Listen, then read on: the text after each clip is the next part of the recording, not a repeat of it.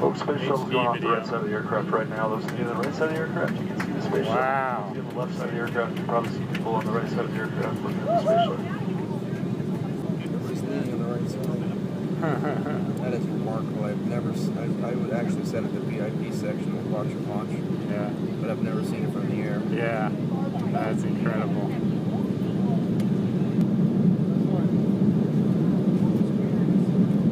Faster than us.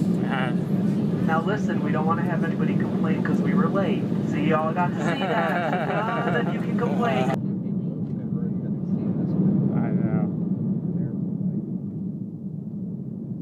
I think that's good. What do you think? Oh yeah, I'm still in awe.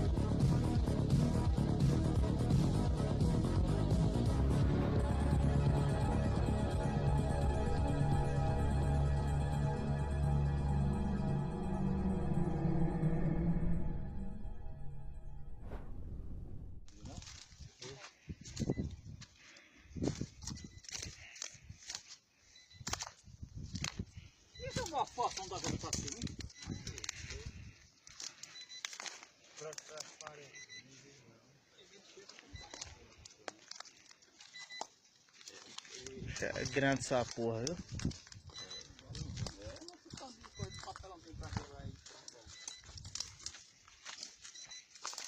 Eu sou vendo que ele tá mandando.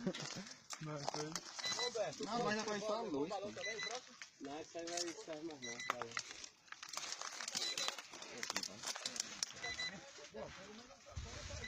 Lona tem muito aí, cara. Lona e lona pra quem quiser aí. Quero só da cor. Isso aí não serve pra gente. Alguém tem uma faca aí na cinta? Vamos ver se nós tira direito aqui. Até pra lá esse bicho pra lá. Vamos puxar ele pra lá? Quero só a corda. Vamos puxar ele pra lá?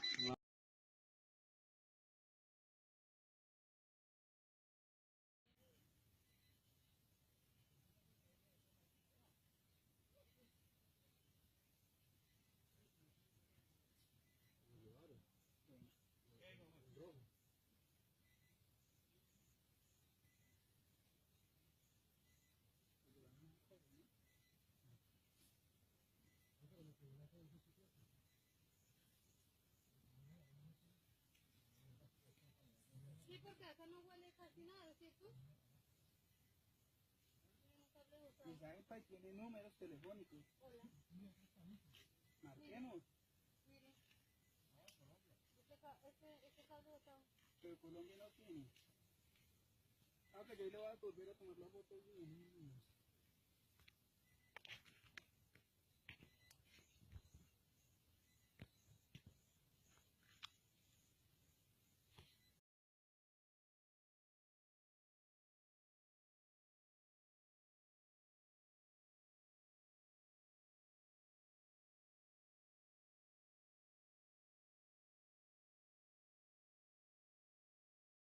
But there were very few vibrations of any sort. Here's a picture of the INSAT actually being deployed from the spacecraft. You can see that the deploy went very smoothly. At the moment of deploy... Did you see it? In the background? There was a guy in the background, man. I'm not kidding you. You can't deny that that's someone in the background. There's a guy moving in the background. Here, watch it again, watch it closely. I looked up, or I tried to look up the size of this rocket. I found this picture, you can see it's massive. So if that rocket is in space, and if there's a guy in the background in that footage, that means that there are like giants, but like insane big giants floating around in space looking at NASA. That's probably why they don't dare to go back to the moon and why they hide so much stuff. Space is full of giants. Deze adembenemende filmbeelden geven een indruk van wat astronauten in de toekomst moeten verrichten, wanneer namelijk 2 of meer ruimtevoertuigen aan elkaar gekoppeld moeten worden, zoals voor een tocht naar de maan noodzakelijk zal zijn. Gewichtloos door de wereldruimte zwevend, zullen ze dan monteurswerk moeten doen dat tot dusver onuitvoerbaar leek, maar dat realiseerbaarder blijkt naarmate de ruimtevaarttechniek verder voortschrijdt.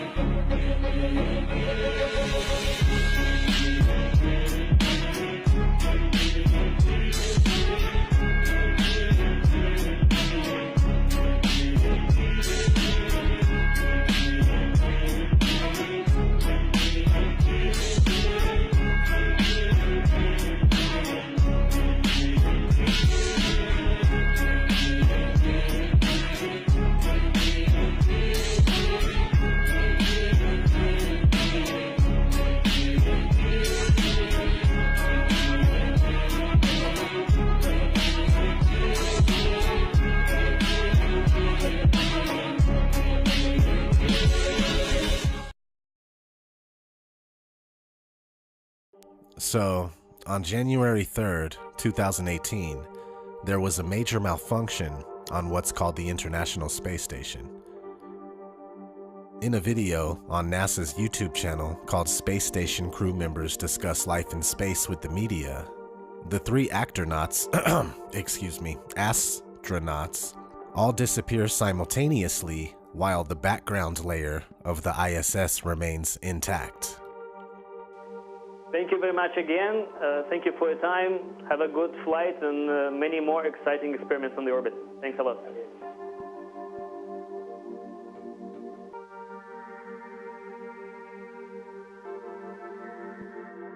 Station, this is Houston ACR. That concludes the event.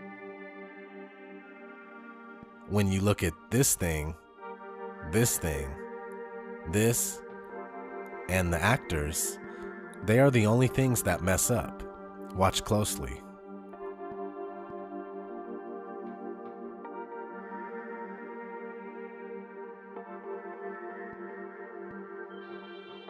This is a big deal because it means without any doubt whatsoever that there was live editing and video manipulation. Not only would the background get scrambled as well, but these guys wouldn't all disappear at the same time. So check that one out on NASA's channel. I'll leave a link in the description.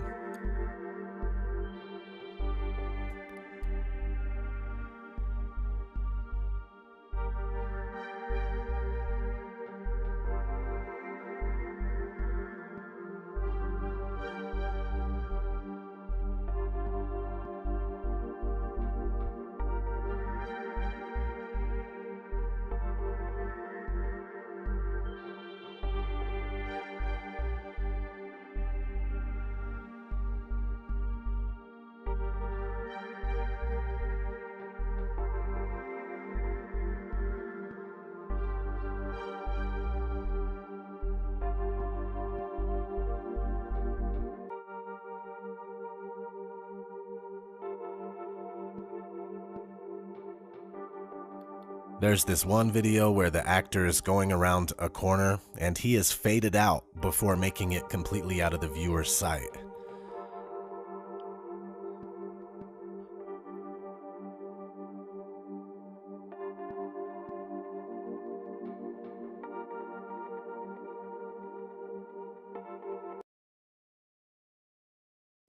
Let's not forget space bubbles.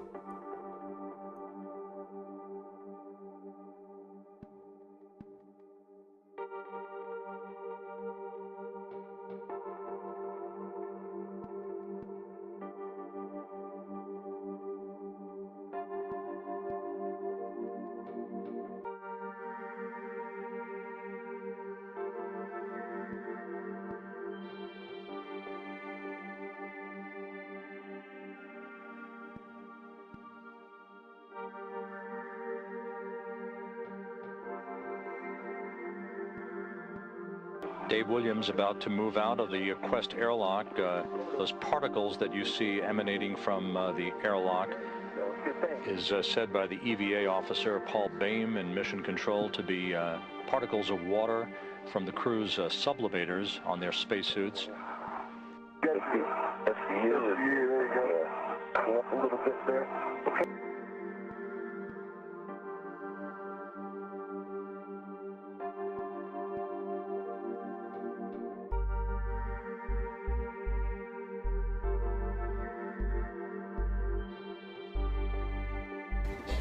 So many times during spacewalks outside the International Space Station, we can see air bubbles rising up.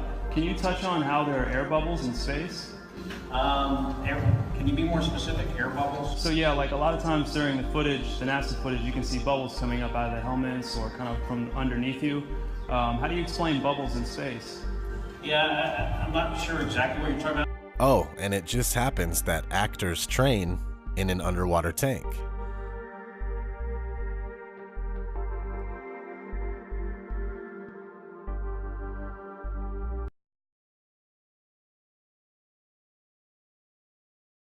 I'll give you a trial and I'll show you just how bad it is.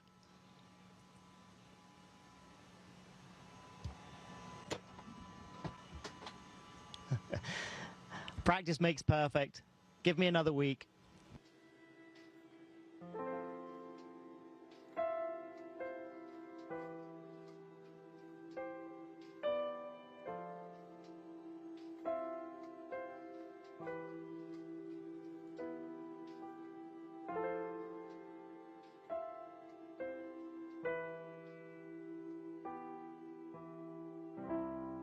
Ground control to Major Tom. Ground control to Major Tom. Lock your Soyuz hatch and put your helmet on. 10. Ground control to Major Tom. 7. 6. Commencing countdown, engines on. 3. 2. Detach from station and may God's love be with you.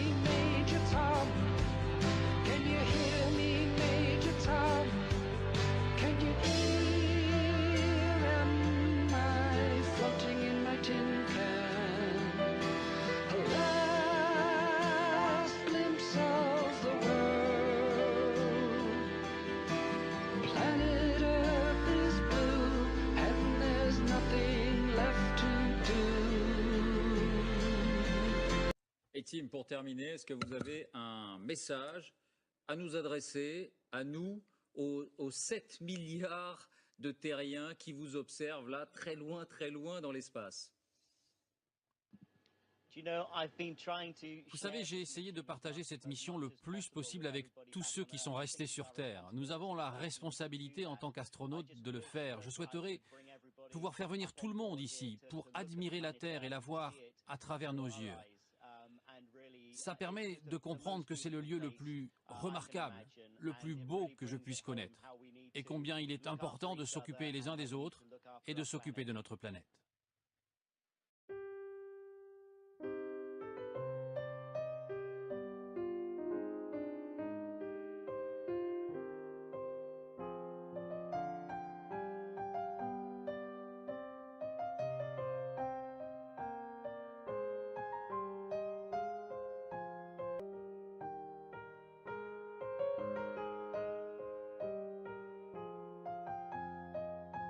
Some NASA actors say that you can totally see stars when you're in space. Whilst in space, have you ever looked away from Earth into the black void? Yeah. So because you can see, because you can see the stars. Oh yeah. You know, and pretty much all the time you can see the stars. Yeah. It's not a black void. I mean, it's black, but there's all kinds of little polka dots. There's all the stars there, and the cool thing is about it, you can see it during the day. Yeah, you can, and there's more than stars. You can see planets. You can see moons. You see the gas. Magellan clouds of the Milky you Way see galaxy. The Magellanic clouds. Magellanic, see, I just wanted the Magellan there's a large clouds. one I didn't and want a to small one, right? Yeah. And then you can see the zodiacal light. Whoa. But the NASA actors from 1969 say that you can't see the stars in space. We were never able to see stars from the lunar surface or on the daylight side of the moon by eye without looking through the optics. I don't recall during the period of time that we were photographing the solar corona what stars we could see. I don't remember seeing any. You can see the stars. Oh yeah. You know, and pretty much all the time you can see the stars. I don't remember seeing any. NASA tells us that they lost the 1960s technology that took us to the moon. I'd go to the moon in a nanosecond. The problem is we don't have the technology to do that anymore. We used to, but we destroyed that technology, and it's a painful process to build it back again.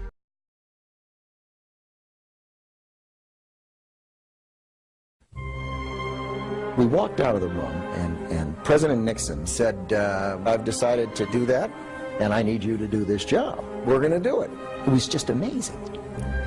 So we were trying to figure out who would do what when. He simply has got to have the person he wants in that job.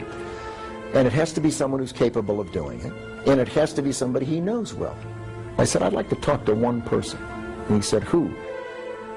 Donald Rumsfeld was the first to propose Stanley Kubrick. The film would have to be perfect, but the set could never be built in time. The filming of 2001: A Space Odyssey was drawing to a close in a suburb of London. Why not use the sets there? Rumsfeld was sure that Kubrick would not refuse. During the Kennedy administration, the White House had granted him special authorization to access strategic areas of the Pentagon during the preparations for the film Dr. Strangelove. Kubrick owed them. I told Mr. Nixon it's very dangerous to lie in the United States. You can't pull a con like that in a democracy. Too many people would talk. It would be absurd. But he said, almost sadly, go ahead anyway.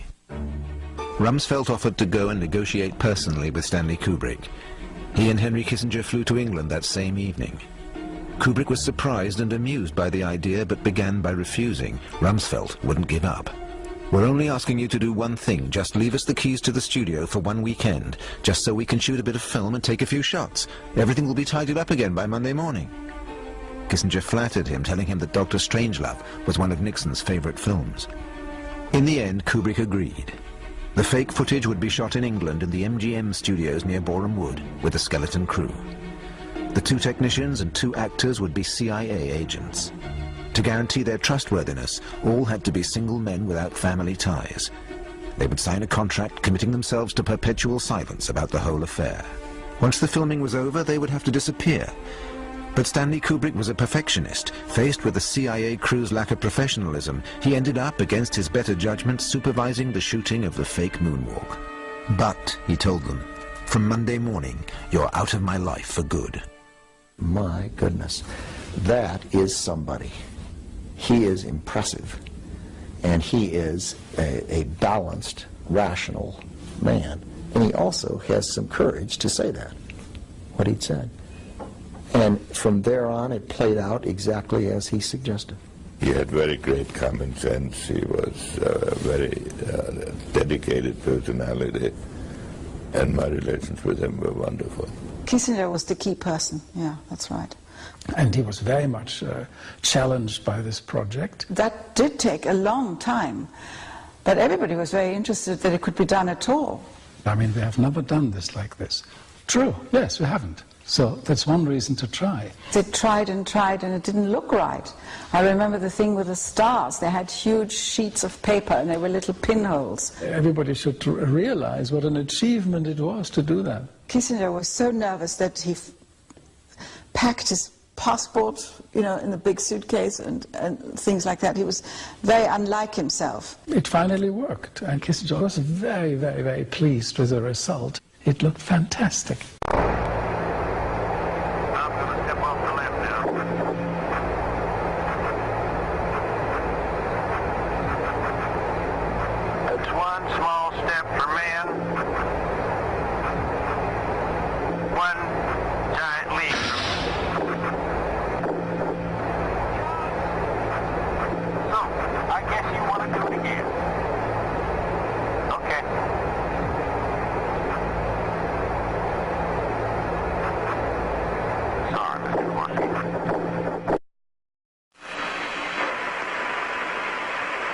That's one small step for man,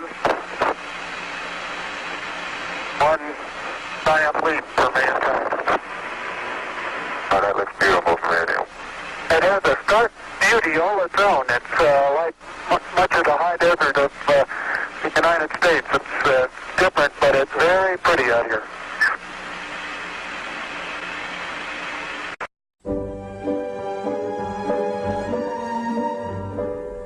Henry Kissinger, Donald Rumsfeld, the White House and the CIA had promised Stanley Kubrick he would never hear from them again. They kept their word. But 5 years after the fake footage had been shot, Kubrick was imprudent enough to contact the White House and then NASA to ask to borrow a special lens for the filming of Barry Lyndon. NASA agreed in exchange for services rendered, or perhaps it capitulated to the barely veiled threat of revelations about Armstrong and Aldrin's first steps on the moon. Nixon had resigned following Watergate, but his successor, urged on by the CIA's new director, got the machine up and running again. After all, Stanley Kubrick was the last direct witness of the hoax still living. His telephone was bugged and his mail was intercepted. Kubrick decided to disappear. He made all his films on or near his property, whether the setting was Vietnam or New York. He locked himself away with his wife and children, and never went out again until his death. He was accusing Nixon of colluding with the CIA to have him assassinated.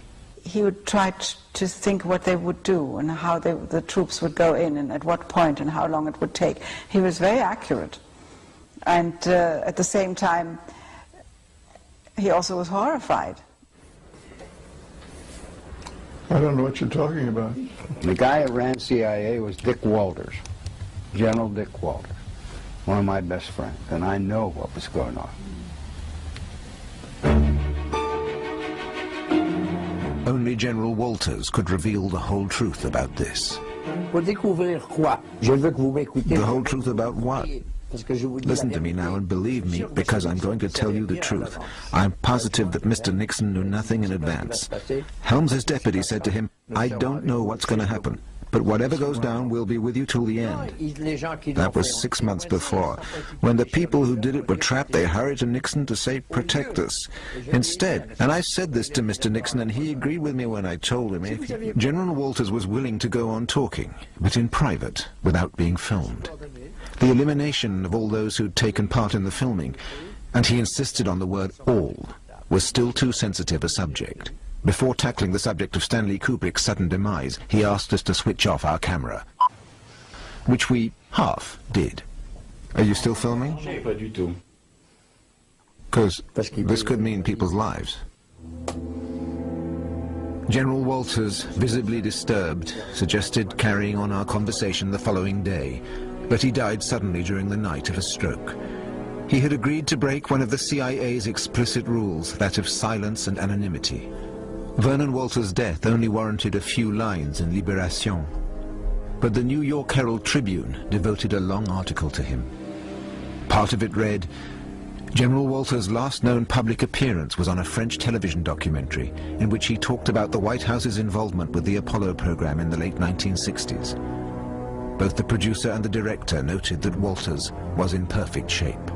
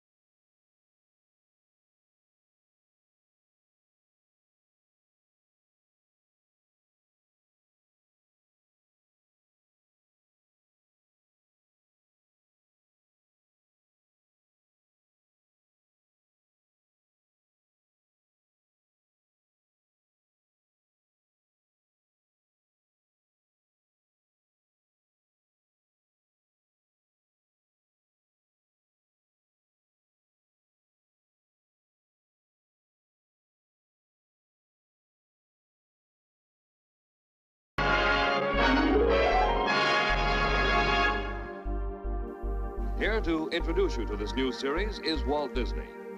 In our modern world, everywhere we look, we see the influence science has upon our daily lives.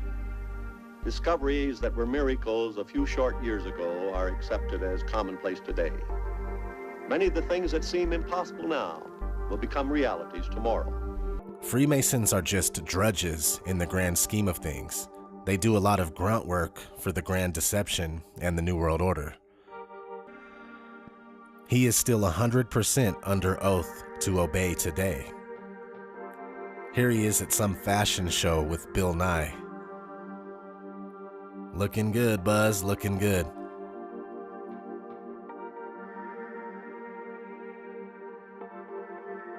Speaking of Bill Nye, this guy was an actor on a sketch comedy show called Almost Live before being picked up by Disney in 1993.